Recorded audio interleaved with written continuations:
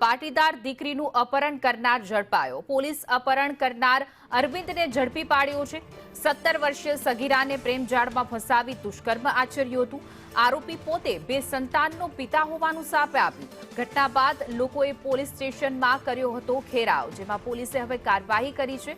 સરથાણા વિસ્તારમાં પાટીદાર દીકરીનું અપહરણ કરનાર ઝડપી પાડવામાં આવ્યો છે। સરથાણા પોલીસે અરવિંદ નામના વ્યક્તિની ધરપકડ કરી છે। તપાસમાં સામે આવ્યું કે તે 2 દીકરાનો બાપ છે। 17 વર્ષીય દીકરીને પ્રેમજાળમાં ફસાવી તેની સાથે દુષ્કર્મ આચર્યું હતું। વધુ વિગતો સાથે અમારા સંવાદદાતા મનીષ પરમાર જોડાઈ ગયા છે। મનીષ, શું છે વધુ વિગત?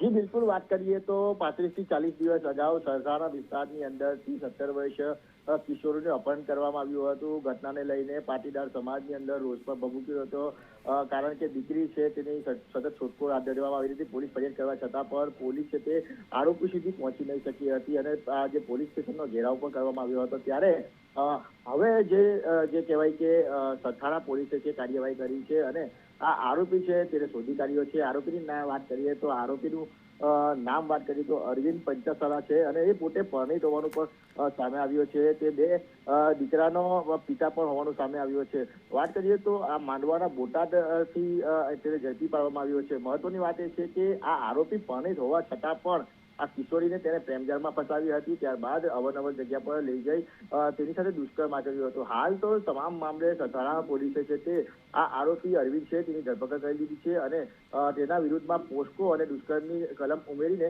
વધુ તપાસ હાથ ધરી છે। જી મનીષ, સમગ્ર માહિતી આપવા બદલ આપનો આભાર।